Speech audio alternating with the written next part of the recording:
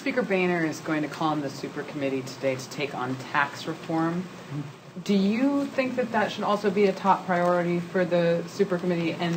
And what would you like to see? Do you want to see corporate tax rates go down to 25% as Well, I don't know what the speaker will be until he speaks. I don't want to comment on what he may say. But I have heard him say before that he wants a big proposal. The grand bargain that he and the president were talking about, the speaker and the president were talking about before, is something that we fully support in our caucus. We'd like to see a bigger deficit reduction than has been called for in the legislation.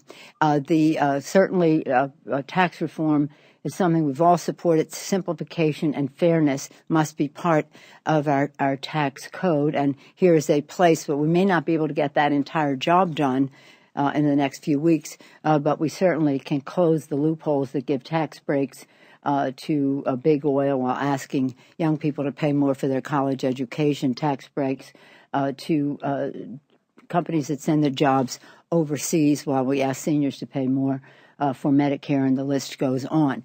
But any tax reform and closing of loopholes, which is really important for us to do as a sense of fairness, must also reduce the deficit.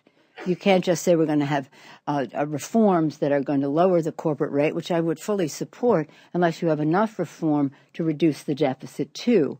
Because if you don't, otherwise all of the reduction of deficit will have to come out of the cut side. And I just don't think that that's fair nor part of the balance that the American people are seeking. But I look forward to the speaker's remarks. And again, we all agree, I think, that the package should be a significant one, even bigger than required by the legislation, that it should be balanced, that we need to address revenue. And I'm glad that he's putting revenue on the table.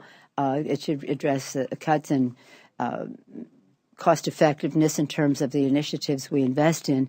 But first and foremost, we will reduce the deficit if we create jobs, bring revenue into the Treasury.